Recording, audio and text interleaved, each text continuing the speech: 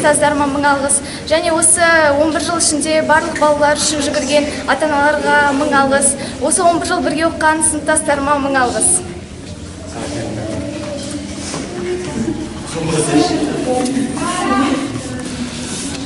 Осы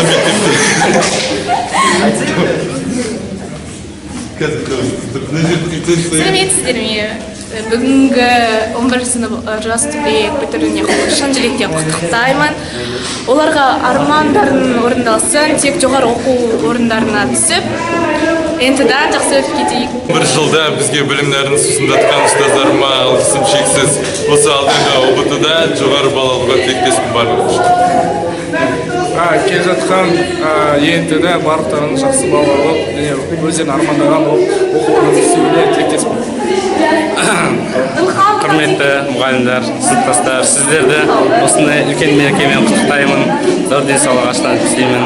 Университетке түсуге тілектеспін. Айта келсек, өзіміздің сыныптастарымды, Арайлымды, Аянаны, Айымды, Матинаны, Гүлдер Айымды, Әсетті, Нұрханды универге түскен тілектеспін. Құрметті ұстаздар мен ата-аналар, сіздерге өзімнің және өз сыныптастарымның атынан мыңда бір алғыс айтқым келеді. Ең алдымен осы күнге жеткізген ата-анама және де тәрбие берген, білім берген ұстаздарға алғыс айтқым келеді. Осы күні бізге, осы мерекемізге келіп тұрған барша ата-аналар қауымы мен мұғалімдерге өзімнің алғысымды білдіремін. Ал өзімнің сыныптастарыма айтарым, барлығының армандарың орындалып, бексен көріне беріңдер. Әрқайсысы өздерінің армандарына жетіңдер. Осы 76 мұғалімдеріне менімен бірге оқыған сыныптастарыма үлкен рахмет айтамын. Бәріне рахмет.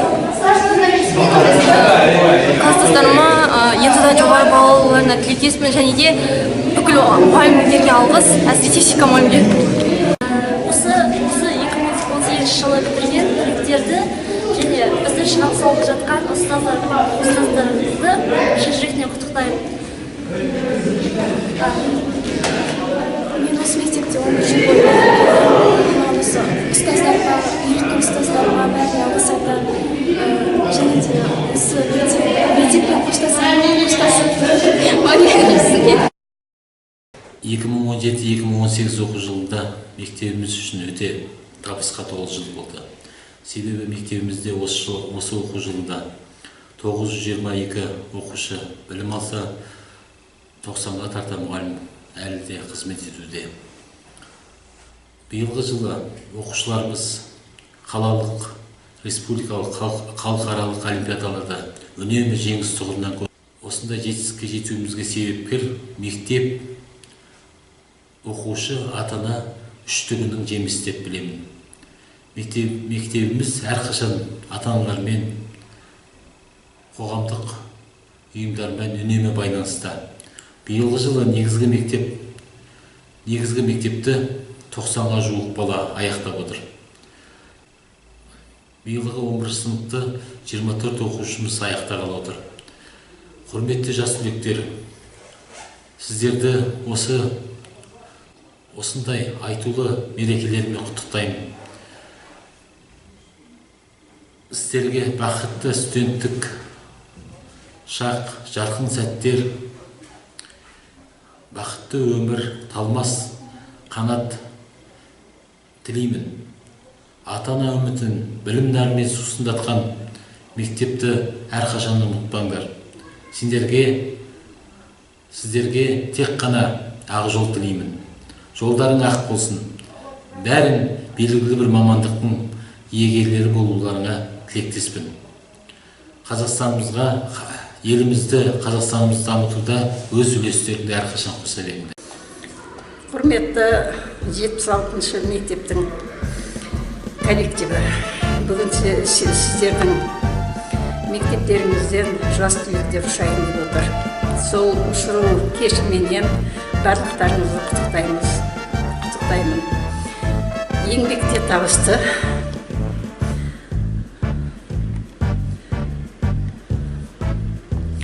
жігерлі, творчестволық табыс, дендеріңіз сау болсын, ұшырып тұрған жас түлектеріңіз ойларыңыздан шығып, ұбт-ны жақсы тапсырып, осы мектепке барлық уақытта жақсылық алып келе берсін. Сіздерге үлкен рахмет. Басым деген. Құрметті мектеп ұжымы, ұстаздар, бүгін міне тағы да бір түлектеріңізді ұшырғалы тұрсыздар. Енді осы түлектеріңіз жоғарыдан көрінсін, сіздердің еңбектеріңіз ақтасын. Әрқашан сіздердің өмірде осы берген тәрбиелеріңіз бен білімдеріңіз оларға өмірде бір сәттілік әкелсін. Енді мен ата-ана ретінен осы мектеп ұжымына, ұстаздар қауымына көптен көп рахмет айтамын. Осыдан 2 жыл бұрын біздің баламыз Әсет осы мектепке оқуға келген болатын. Мінекей қазір 11 сыныпта аяқтап жатыр. 2 жылда білім нәріммен сусындап жақсы бір тәрбиемен өнеге алды деп ойлаймыз. Ал құрметті түлектер, сіздерге сәттілік тілеймін. Өмірдің даңғыр жолына шығарда әркімде ойға қалады, кім болам деген. Сол кімде болам деген ой сіздерді әрі қарай мақсаттарыңа жеткізсін. Ақ жол тілеймін. Әрқашанда серіктеріңіз сәттілік болсын. Балаларға шыма? Балалардың бүгінгі мерекесі құтты болсын, дендері сау болып, әрдайым биіктен көре берсін. Мектепте қалай бізді қуантты, әрдайым қазақ елін солай қуанта берсін дейді. Түлектерге ақ жол болсын, әрқашан алдарындағы сынақтарына сүрінбей өтіп, тек биіктерден көріне берсін.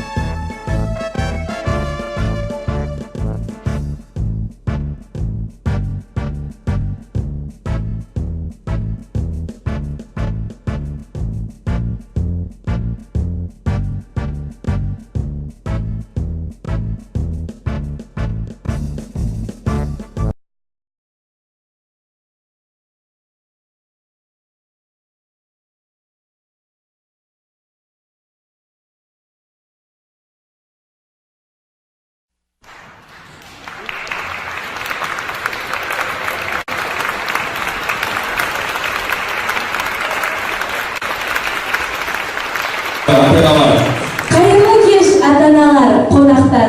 Әлихан Бөкейхан атындағы номері 76 жалпы білім беретін орта мектебінің мектеп бітіру салтанатты саптық жиынына қош келдіңіздер. Міне, тағы бір оқу жылы аяқталып, мектебіміздің мектеп бітіруші түлектері бүгінгі салтанатты жиында өмірдің тағы да бір белесін бағындырып, маңызды құжат алғалы отыр. Бұл күн бүгінгі түлектер үшін әрі қарай өмірлік білім шыңына атынаудағы бір баспалдан болмақ. Астана бас қала ғой, арман қала. Онда бар Сарыарқада аппақ дала. Самалшын тазауа көкжиектен еседі Сарыарқаның баурайында. Астана Евразияның тірегісің, Астана әр адамның тірегісің. Астанадай жер болмас бұл әлемде, көз тартарлық сұлулығы бір қараса. Бір-біріне есте мәңгі сақтардың, алып ұшқан түйінбейді хаттардың, түлектерге қимас сезім сыйлаған, куәсіндей балалық бал шақтардың. Тәуелсіз Қазақстан байтақ жерін, қуаныш құшағында бүгін елім. Бабалар аманатын алға тартар, жас ұрпақ алдарында. Міне бүгін келе мектеп бітіруші түлектерімізді қол соғып қошемет көрсетіп ортаға шақырайық. Қымбатты түлектер, бүгінгі айтылар тілек, орындалар ән мен күй, ыстық құрмет, дуылдата соғылған шапалақтар да сіздерге арналады. Түлектерімізді орындарына қошеметтеп шығарып салайық.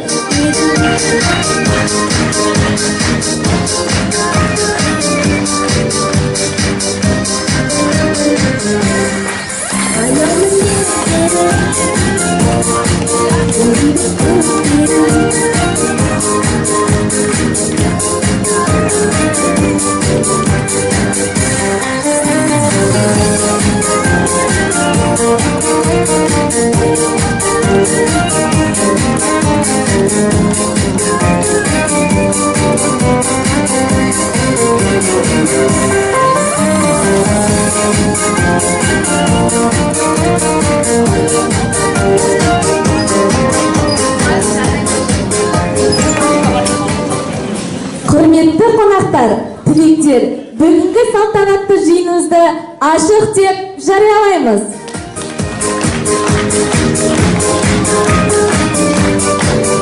Қазақстан Республикасының мемлекеттік гимні тыңдалсын.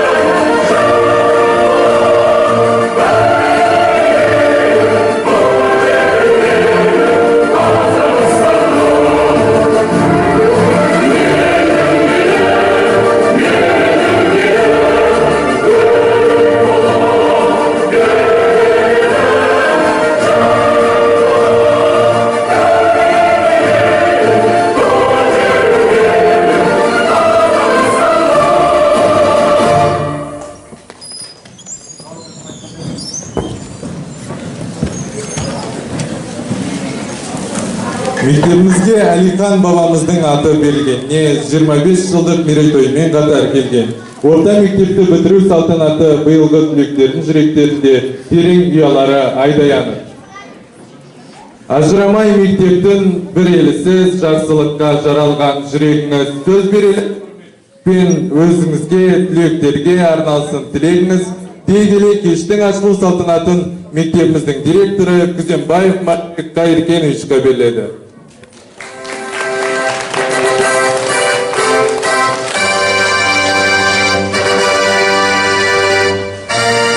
Армысыздар, құрметті қалайық, қымбатты ұстаздар, ата-аналар, оқушылар, ораза айт мүбәрәк болсын. Биылғы жылы міне осы мектепке басшы болып келгеніме міне бір айдың жүзі болды. Бүгін ерекше күн сіздер үшін де, оқушылар үшін де, мен үшін де. Мен мектеп бітіруші түлектерге үлкен өмірде ақ жол тілеймін. Құрметті мектеп бітірушілер, биылғы жылы міне елімізде өте үлкен тарихи оқиғалар болып жатыр.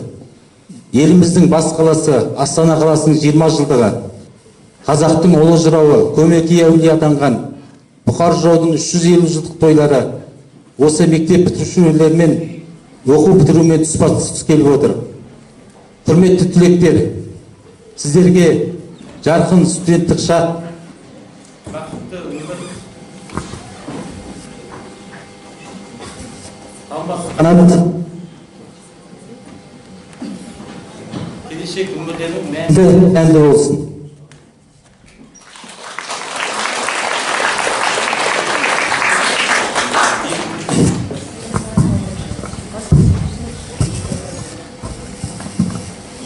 Мектеп, оқушы, ата-ана осы үштік мықты болса, мектепте мықты болады. Құрметті ата-аналар, балаларыңыздың мектеп бітіру тойы құтты болсын. Осы мектепті қорғап, қолпаштап, ұстаздарды олықтап жүріңіздер. Құрметті түлектер, тағы да ақ жол болсын жолдар. Отырған барша аналардың құрметіне, барша ата-аналардың құрметіне арнап сіздерге ару қалқа деген бір әдемі ән орындап береді. Қабыл алыңыздар.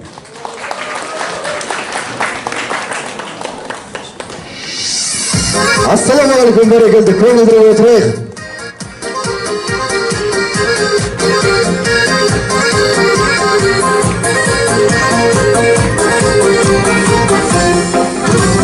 Көрдім менің, көрдім сенің, мойыман керім, төгіп нұр сенің, арман аруым, сыйлайын саған, жауқазындардан, өркір сезім, өркір сезім. Ару алқарыз, жан алқарыз, жауқардан керік, таққан алқарыз, сезімнің күйін бірге шертеміз, жауқазын сынды гүлде ерке қыз. Хап, бәрекелді, көңілдеріңіз отырайық, мерекелеріңіз құтты болсын. Құлындай мүсін, нұрындай түсің, өрілген тәтті, шырындай мүсін, қызғалдақ ару, қаларым сені, мен жаққа бір сәт, бұрылмаймысың, бұрылмаймысың.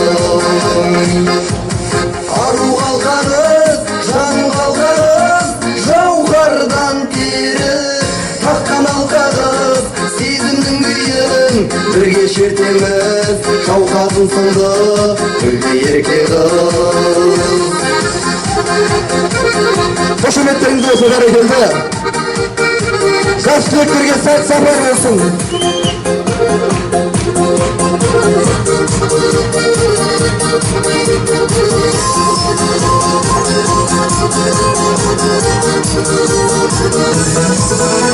Бағымсың мәнім, бағым шымағым, лаулайды сенде жауын шырағым.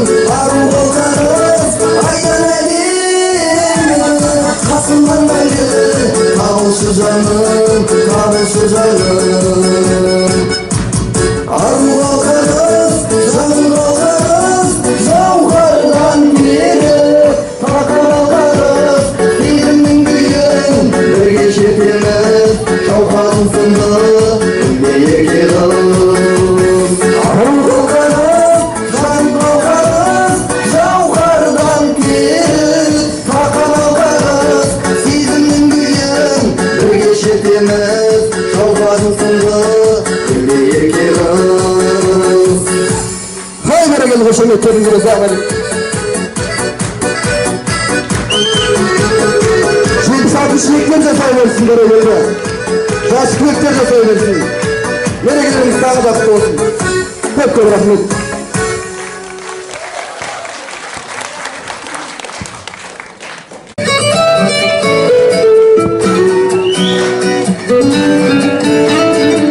Бәріміз қол ұстасып, кетеміз қайда асып, болашақ көзге көрінді. Қимастықпен қоштасып, жаңадан тамшы бөлінді. Соңғы сөз, соңғы тілек, дұрыс іздеген бұл жүрек, қоңырау соңғы соғуда.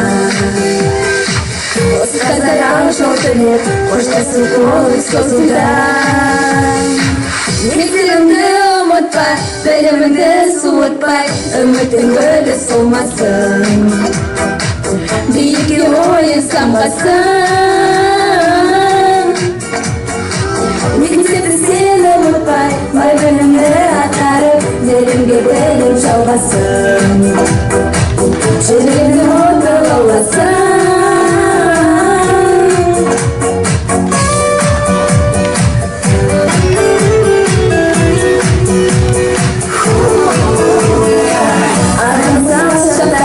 Баласыған шақтағы өшірген кезін сағындым. Жырында мұң сақтағы жылу сезім ұстазым.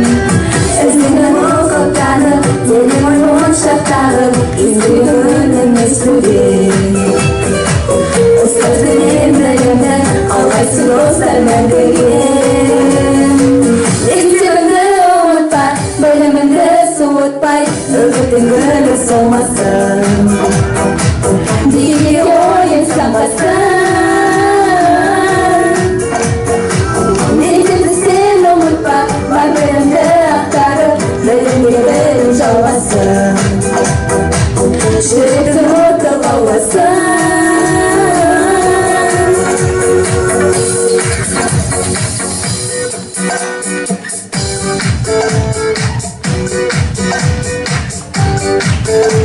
Мектебіңді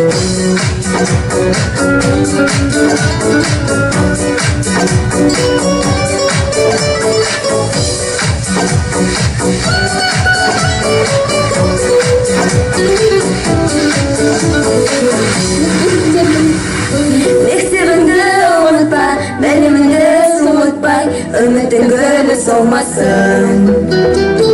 Биікке ойын самғасын. Мектепті сен ұмытпа, бар білімді ақтарып, білімге білім жалғасын. Жүректі оты лауласын. Мектепті сен ұмытпа, бар білімді ақтарып, білімге білім жалғасын. Жүректің оты лауласын.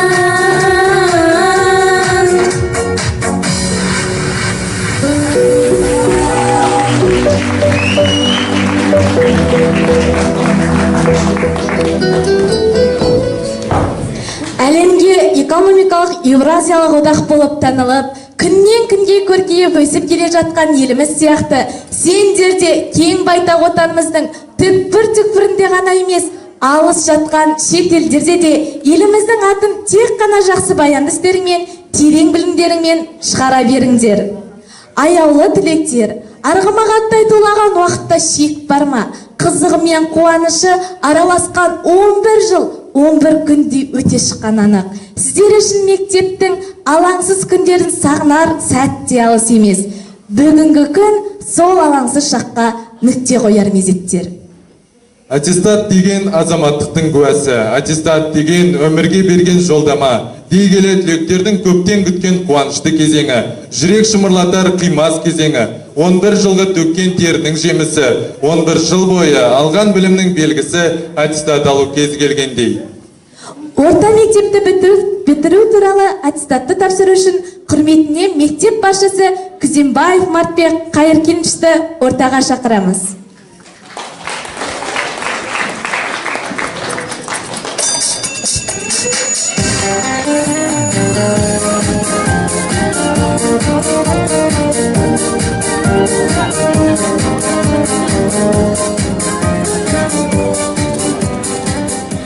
Жалпы орта білім туралы аттестат Әшір Ақбілек Тоқсасынқызына беріледі. Қарағанды қаласы әкімдігінің Қарағанды қаласы білім бөлімі Әлихан Бөкейханов атындағы нөмір 76-шы жалпы білім беретін орта мектебі.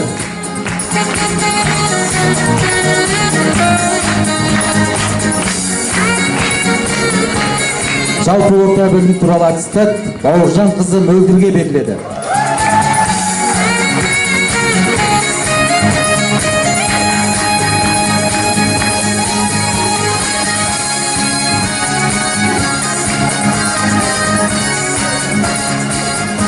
Жалпы орта білім туралы аттестат Қазбеков Диас Рымбековичке беріледі.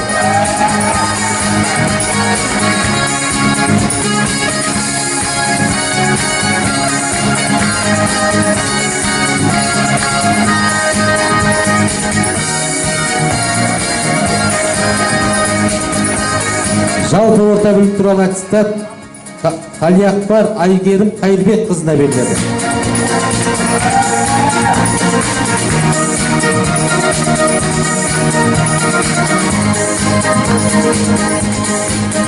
Жалпы орта білім туралы аттестат Қадырова Сара Ерболатовнаға беріледі.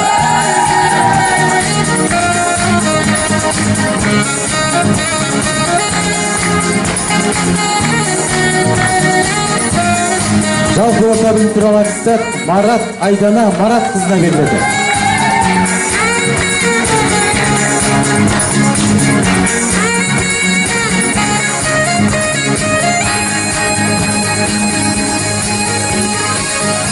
Жалпы орта білім туралы аттестат Марат Нұрбек Шалқарұлына беріледі.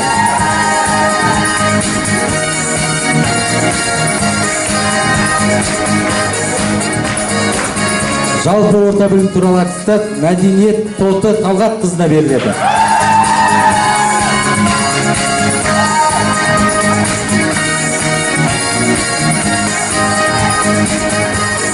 Жалпы орта білім туралы аттестат Нұрлан Диана Серік қызына беріледі.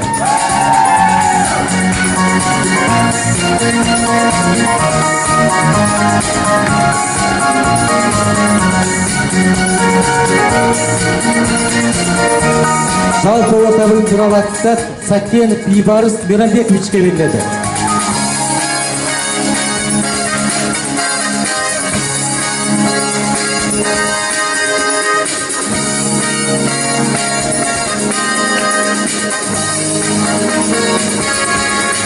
Жалпы орта білім туралы аттестат Тұрғалиева Сабира Сайлау қызына беріледі.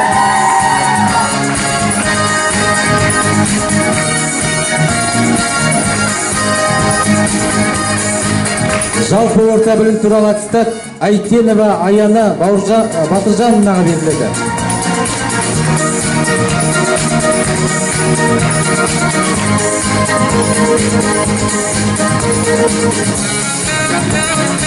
Жалпы орта білім туралы аттестат Андасова Аяна Қалдыбек қызына беріледі.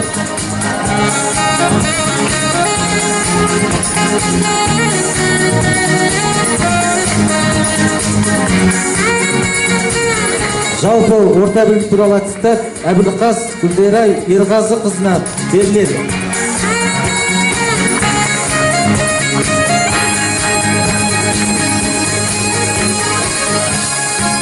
Әлімбаева Мәдина Мартбек қызына беріледі.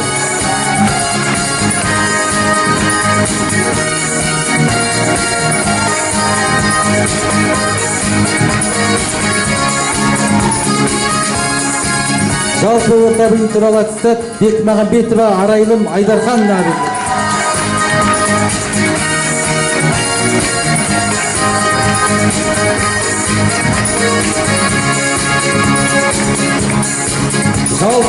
Жалпы орта білім туралы аттестат Дүйсенбаев Нұрлыхан Рүстемовичке беріледі.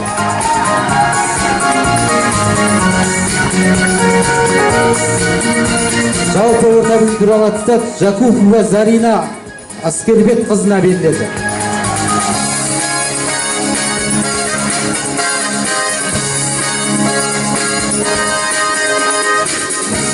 Жалпы орта білім туралы аттестат Тастай Ғамзат Серікұлына беріледі.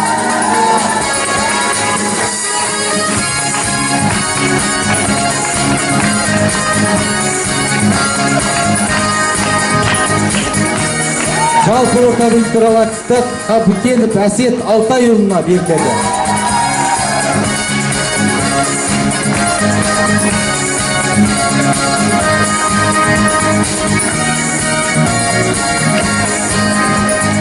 Жалпы орта білім туралы аттестат Момбекова Айым Мадияровнаға беріледі.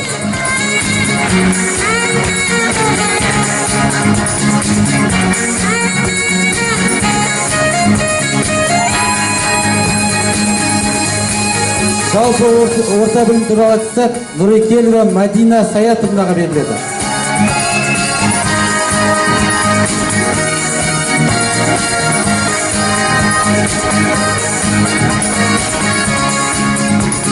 Жалпы орта білім туралы аттестат Орынбай Айгерім Сымбат қызына беріледі.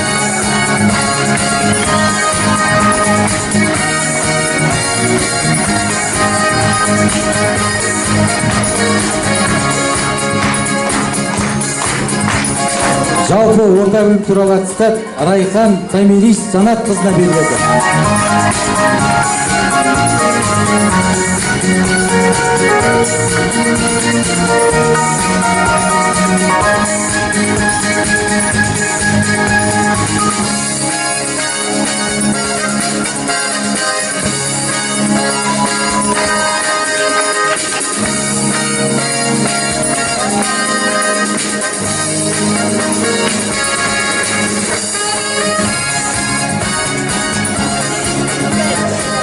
Құрметті ата-аналар, бүгін енді тағы да айтып өтейін, ерекше той. 2 күн той жасаңыздар жақсылап. Сенбі, жексенбі жақсылап тойлабаңыздар. Содан кейін дүйсенбіден бастап балаларды ұбытыға жіберіңіздер, дайындыққа. 21 күні балалар ұлттық бірыңғай тестілеу тапсырады.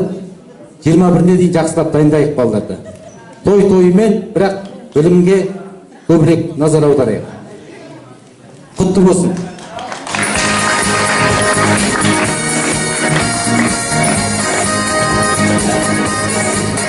Түлектерді марапаттау үшін мектеп директорының оқу ісі жөніндегі орынбасары Ракишева Жайран Жақбекінаға марапаттау кезегін береміз.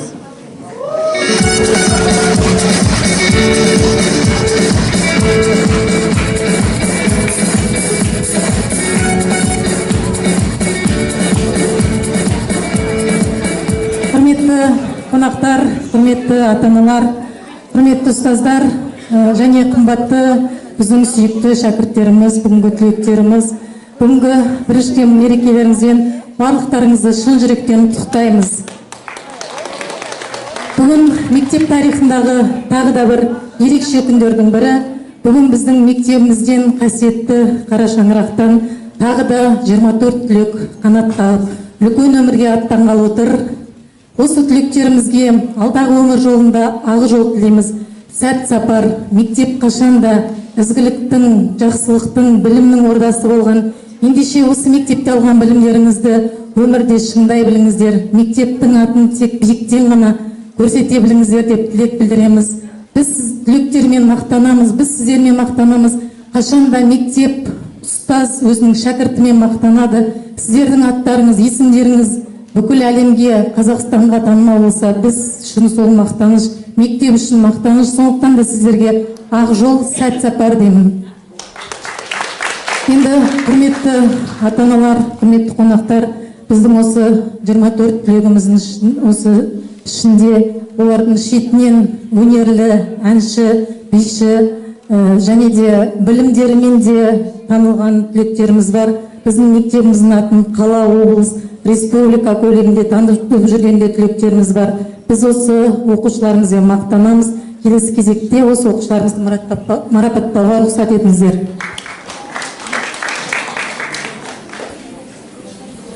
Мақтау грамотасы 2018 жылы Қарағанды қаласы Әлихан Бөкейхан атындағы номер 76 жалпы білім беретін орта мектепті бітірген Қадырова Сара Ерболатовнаға қазақ тілі мен әдебиеті пәнін оқып үйренудегі ерекше жетістік үшін беріледі.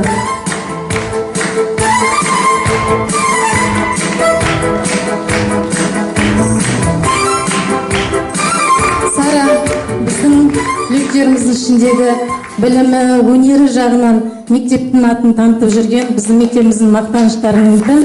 Сондықтан да Сараға сәт сапар тілейміз. Келесі мақтау грамотасы Әлихан Бөкейхан атындағы номер 76 жалпы білім беретін орта мектебін бітірген Бауыржан қызы Мөлдірге орыс тілі мен әдебиеті пәнін оқып үйренудегі ерекше жетістік үшін беріледі.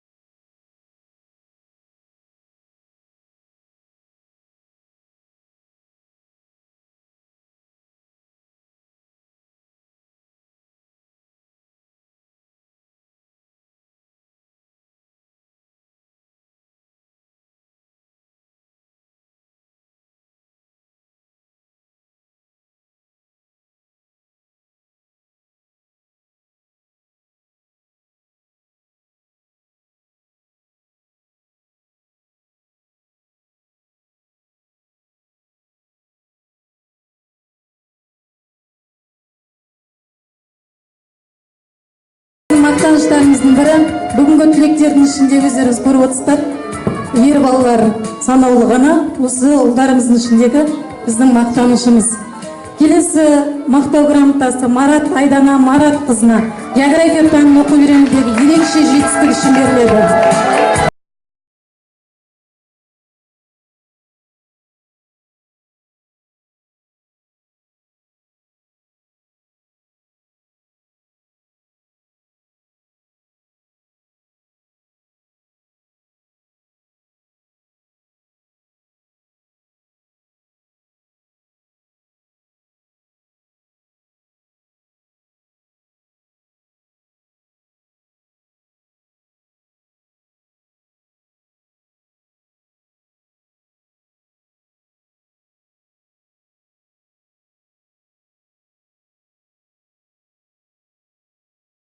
Мадиарындағы математика пәнін оқу үйренудегі ерекше жетістік үшін беріледі.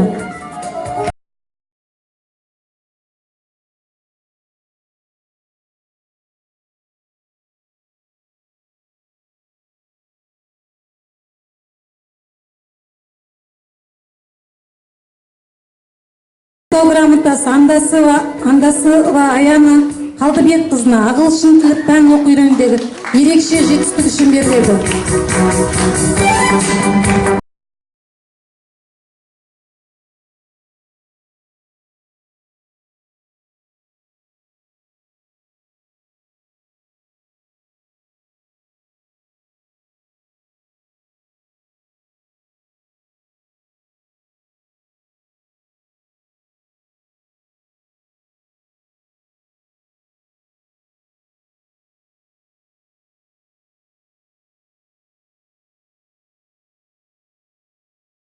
Дүйсенбаев Нұрлыхан Рүстемұлына Қазақстан тарихы пәнін оқу үйренудегі ерекше жетістік үшін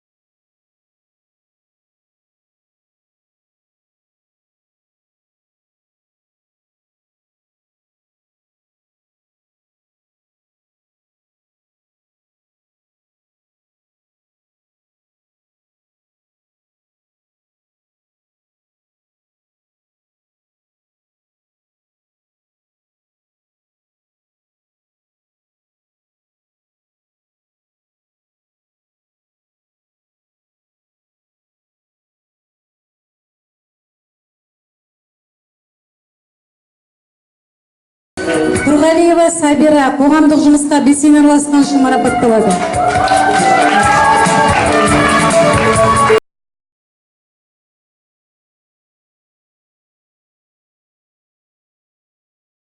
Азбеков Диас қоғамдық жұмысқа белсене араласқан үшін марапатталады.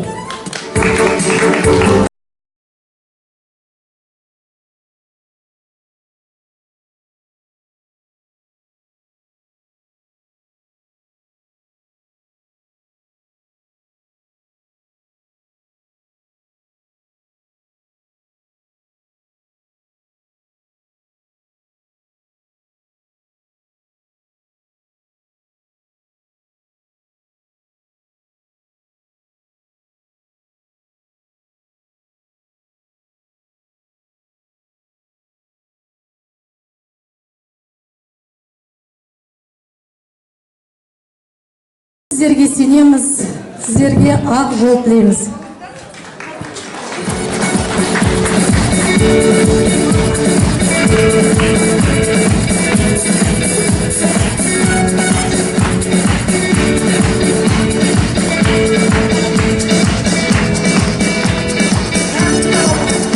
Ал енді Гүлдира мен Заринаның әсем әнін қабыл алыңыздар.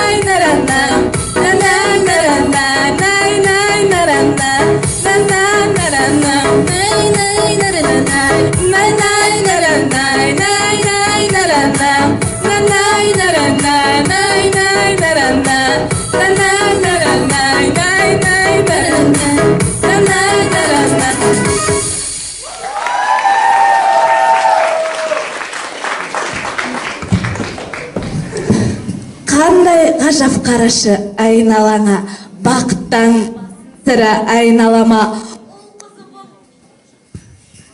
Ол қызы боп есейді деп, құрметпен сөз берейік ата-анаға деп отырып, барша ата-аналар қауым атынан құттықтау сөз кезегі.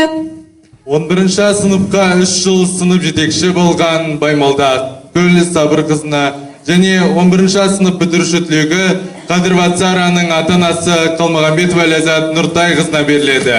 11-ші А сыныбының бітіруші түлегі Қапыкенов Әсеттің атанасы Абижанова Шолпан Жетпіс қызын ортаға шақырамыз.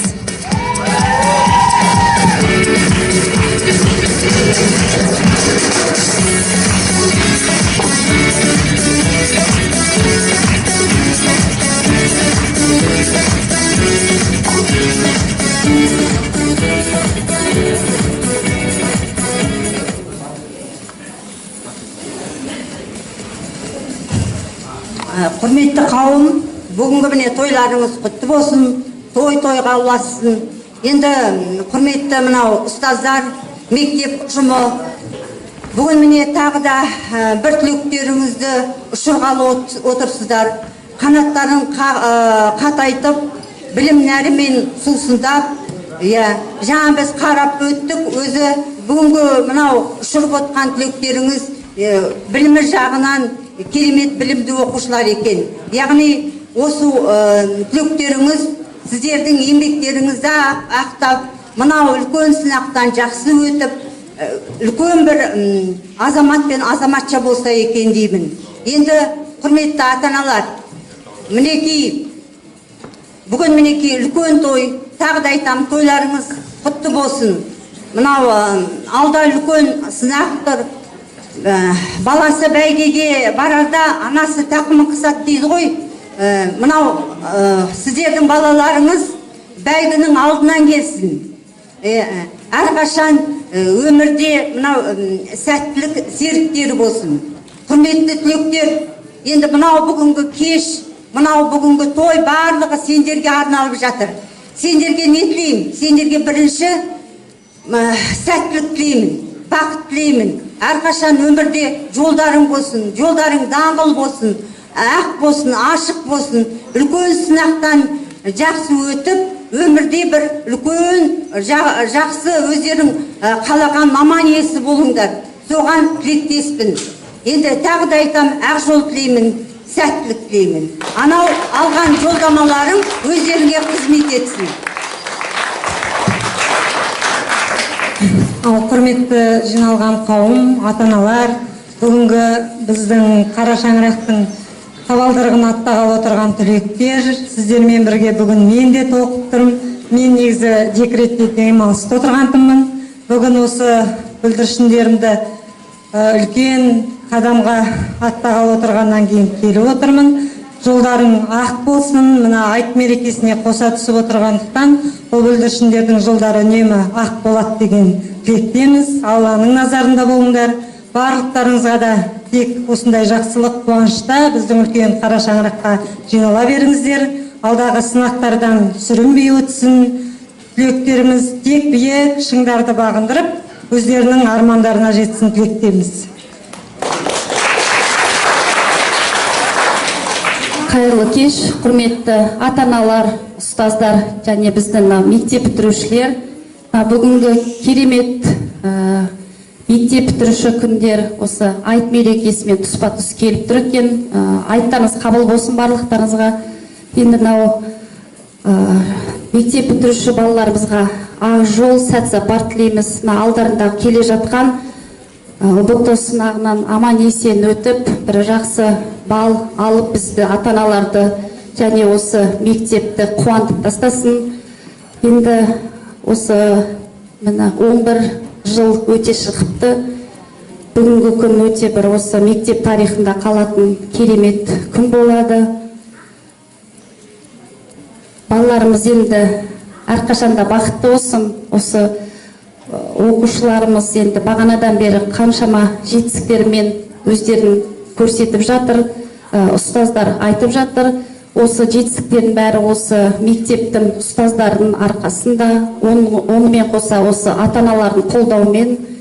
Енді ұстаздарымызға да рахмет, әрқашанда осы балаларымызды білім нәрімен сусындатып, биік шыңдарға жетелеп жатсыздар. Рахмет сіздерге, алғысымыз шексіз. Бүкіл ата-аналар атынан.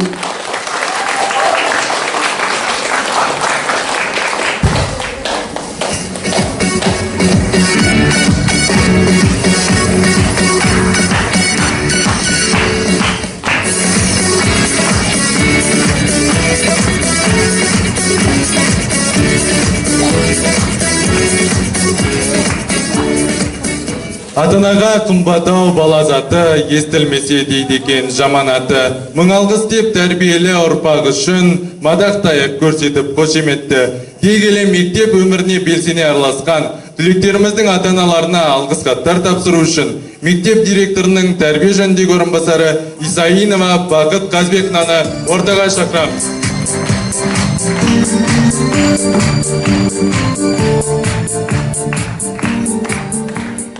Құрметті ата-аналар, енді ата-ана десек біз мектеп пен ата-ананың байланысы есімізге түседі. Бүгінгі мереке негізі сіздердікі. Балаларыңыз үшін қаншама жыл жанталасып, осы балаларымызды тұмсықтыға шоқтырмай, маңдайына шөгір кірмей, жақсы болып өссін деп қаншама жағдай жасадыңыздар. Бүгінгі күнде де көп жүгіріп, міне балаларыңыздың 11 жылғы еңбегінің жемісін көріп отырсыздар. Сіздерді осы мерекемен құттықтаймын. Балаларыңыз сіздерге тек қана жақсылықтар ғана көрсете берсін. Ата-ана мен мектеп үнемі байланыста болса ғана мектептің жетістігі көбейеді деп мен ылғи айтамын. Ондағы негізгі мақсатымыз ата-анамен бірлессек қана біз жетістікке жетеміз деген сөзді ескертіп отырамын. Енді мен мені ойлап отырмын, бүгін біздің түлектеріміз ерекше өздерінің білімдерінің шыңына жетіп, мектепте 11 жыл оқыған білімінің белгісі ретінде аттестаттарының қолын алды. Яғни жаңа өмірге, жаңа белеске бір адым алға қарай жылжыды деп есептейміз. Әлі де алда көптеген сынақтар тұр. Енді сол сынақтардың бәрінен біздің шәкірттеріміз сүрінбей өтсін, алға қойған мақсаттар орындала берсін. Біз оларды үнемі биік белестерден көрейік. Ата-аналар армандағандай белгілі бір мамандықтың иесі болып, Қазақстанның болашағына үлестерін қосып, біз олардың жетістіктерін, жақсы қызмет істеп жүрген сәттерінің жарқын-жарқын куәсі бола берейік. Енді құрметті де қымбатты жас түлектер, сіздердің алдарыңызда жарқын болашақ күтіп тұр. Әр адам өз өмірін жақсы қылуда, жарқын қылуда, бақытты қылуда әр адамның өз қолында деп есептеймін. Сондықтан сіздердің қолдарыңыздан бәрі келеді деп сенемін. 11 жыл алған тәрбие мен білімді көрсететін шақ келді. Ендеше сіздерге тек қана сәттілік деймін. Биіктен көріне беріңіздер, сіздерге сәт сапар. Енді осыншама баланы тәрбиелеп жеткізген ата-аналарды құттықтау маған бұйырған екен, сондықтан сіздерді қазір марапаттайын енді. Құрметті Күлзада Қордабайқызы, рухани жаңғыру бағдарламасы аясында белсенділік танытып, қоғамдық жұмысқа қомақты үлес қосып, ата-аналар кеңесінің ең беделді мүшесі ретінде жас ұрпақты тәрбиелеуге белсенді атсалысып келе жатқаныңыз үшін өзіңізге шексіз ризашылығымызды білдіреміз. Сізге ұзақ өмір сүрерлік, мықты денсаулық, баянды өмір, мол бақыт және отбасыңызға әрқашанда шаттық, дәулет пен ырыс, алдағы күндердің жақсылығын тілейміз. Беделіңіз бен абыройыңыз арта берсін. Мектеп директорының арнайы алғыс хаты.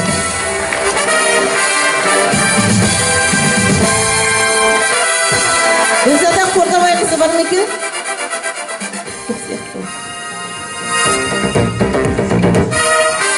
Енді мәтінді мен қайтадан оқымай-ақ қойын. Осындай мектеп директорының алғыс хаты Гүлшер Қасымтаевнаға беріледі.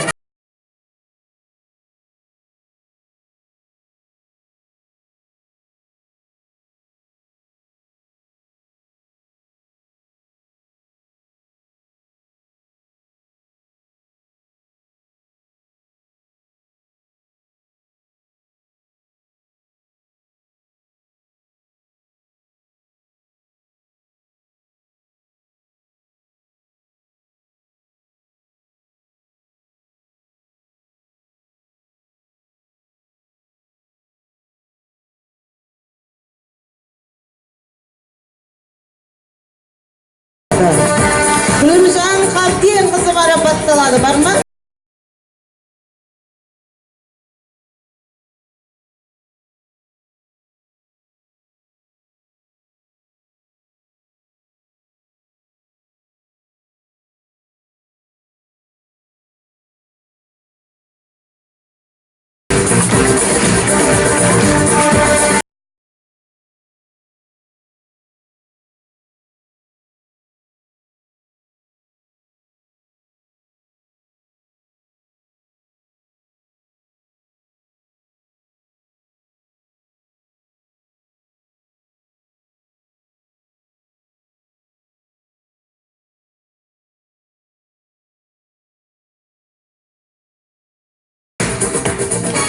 Гүлжан Төлешовна марапатталады.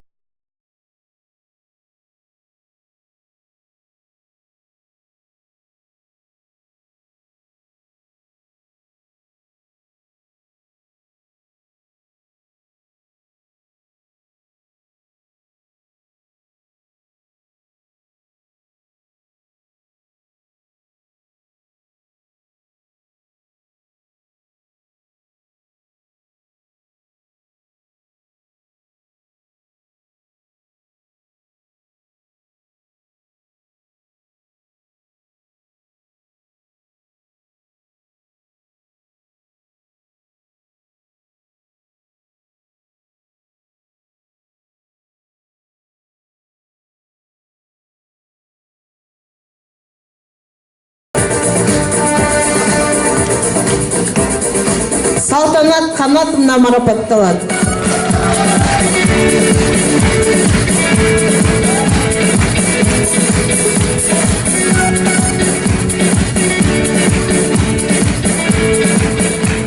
Айгүл Қанатовна марапатталады.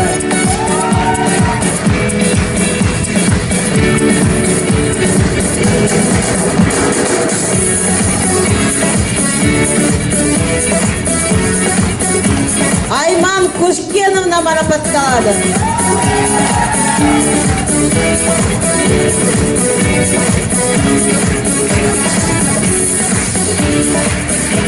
Жазира Жамалагиновна марапатталады.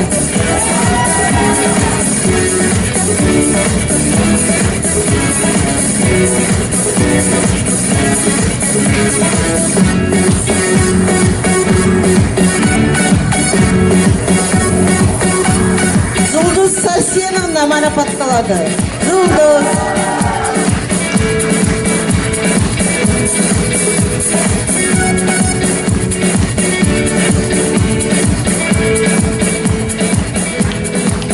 Әсел Рымбаевна марапатталады. Әсел.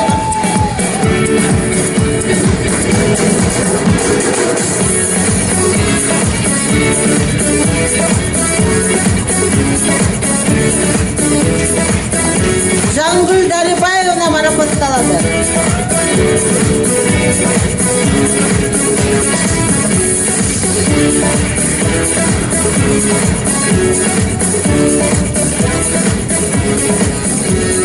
Әсел Жұманғалиевна марапатталады.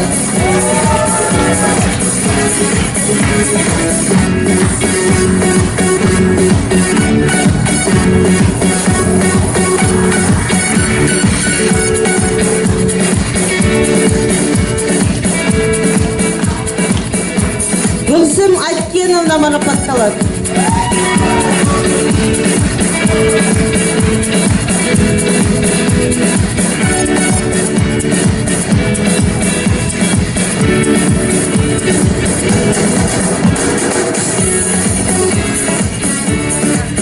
Шолпан Гетписовна марапатталады.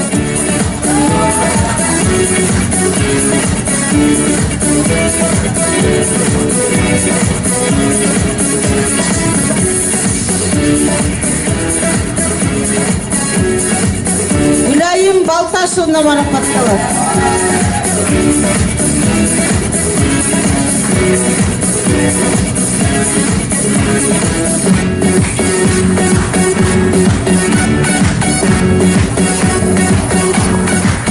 Самал Абзалигиновна марапатталады.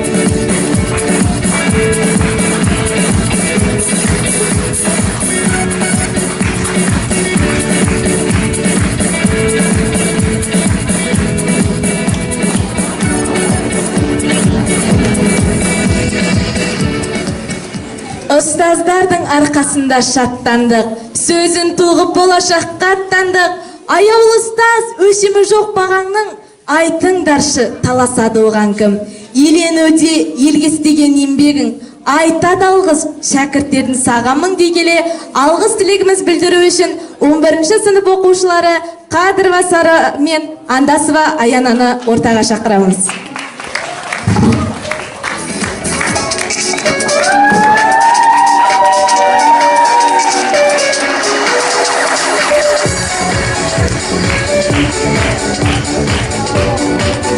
Армысыздар, құрметті ата-аналар, ұстаздар, қонақтар және жас түлектер. Бүгін біздің өміріміздегі ең маңызды күндердің бірі, біздің өмірімізде ойып тұрып орын алатындай маңызды күндердің бірі.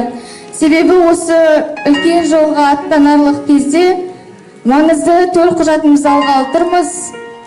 Осы 11 жыл білімнің қара шаңырағы Әлихан Бөкейхан атындағы 76-шы жалпы білім беретін орта мектебінде оқығаныма өзім қатты қуаныштымын және мектебімді алғыс тұтамын, мақтанамын осы мектебіммен.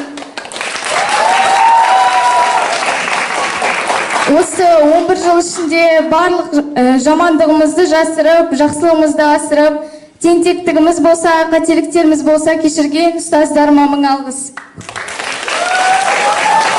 Кеш жарық құрметті оқушылар, мұғалімдер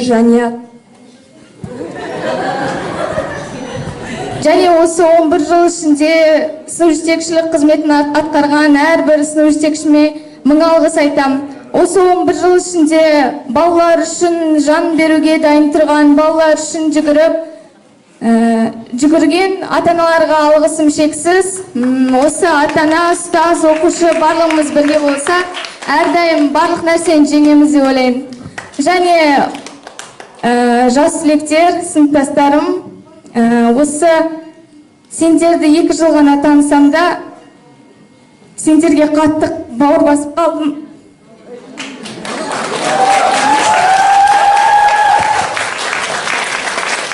Алда тұрған ұлттық бірыңғай тестілеуде Құдай қаласа барлығымыз бірге жеңіп шығамыз деген үміттемін. Барлықтарыңызға рахмет. Әрине ешқайсыларыңызды қимаймын, әрқайсыларыңыздың мен үшін алатын орындарыңыз ерекше. Рахмет. Кеш жарық құрметті оқушылар, мұғалімдер, ата-аналар және құрметті мұғалімдер. Осы кешке келіп отырған себептеріңіз, бүгін біз Ыстықұя мектебімізбен және Қимас мұғалімдермен қоштасайын деп отырып. Біз осы 11 жыл бойы бізге соғылып отқан күміс қоңыраудың үнін енді естімейміз. Енді 11 жыл бойы мектептің ауласында бір-бірімізбен ойнамаймыз. Енді 11 жыл бойы бізді оқытып келген мұғалімдердің сабақтарында отырып сабақ айтпаймыз. Ал менің сыныптастарым айтатыным, сендерге осы өмірде тек қана сәттілік жол болсын, әрқашан үлкен белестерден көріне беріңдер, әрқашанда ата-аналардың мақтанышы болып, бір-бір маман иесі болыңдар.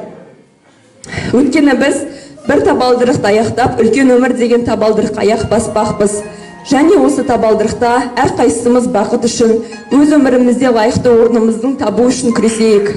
Ал осы өмірде бізге барлық құрметі мен барлық қадірін көрсетіп келген мұғалімдер, сіздерге мың алғыс. Біздің қара мен ақты, жақсы мен жаманды үйреткендеріңіз үшін, барлық қамқорлықтарыңыз бен жанашырлықтарыңыз үшін, осы 11 жыл бойы барлық қателіктерімізді жасырып келгендеріңіз үшін барлығыңызға мыңда бір алғыс.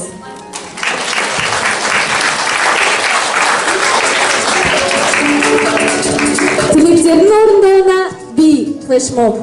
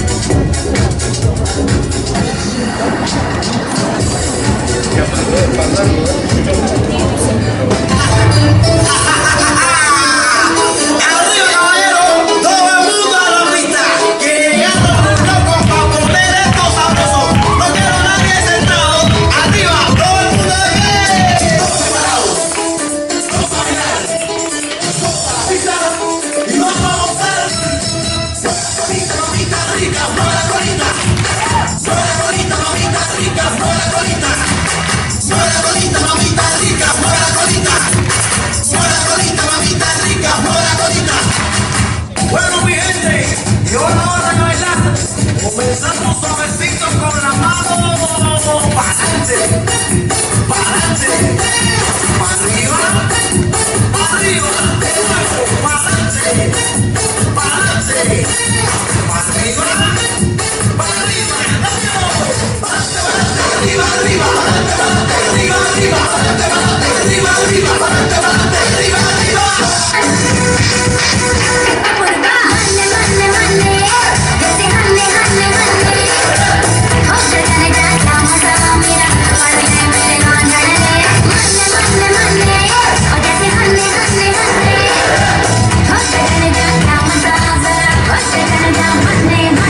Sen benim soluğum, kaygısız müthiş hayatım.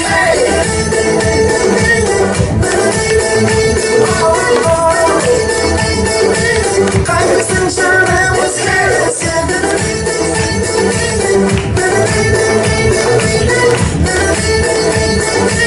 kaygısın şahane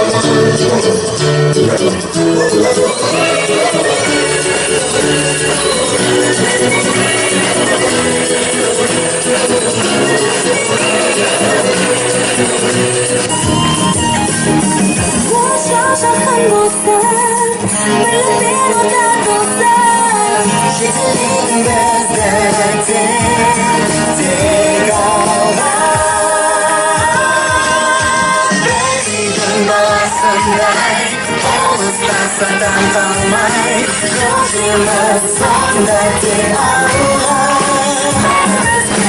Veriydim balasınday, gönlümüzü saktay, gözümüz sondaki Allah.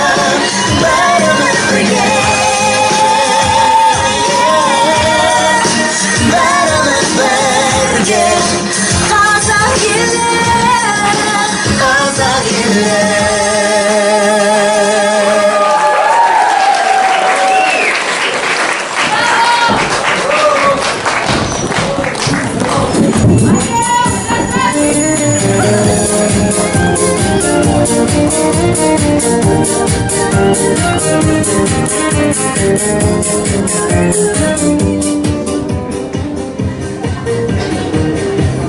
Қымбатты түлектер, алдағы уақытта өмір деген бұрғалаң жолдан шалыс баспай, білікті де білімді маман атанып, Қазақстан деген сөздің алтын әріппен жазылуына өз үлестеріңізді қосып, халқымыздың қалаулысы, еліміздің елеулісі болыңыздар.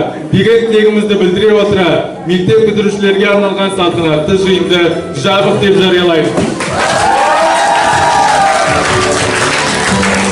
Үлкен өмірге аттаған қадамдарың нұр жаусын. Таланттарың оң болсын, жас түлектер. Сәт самай жас түлек.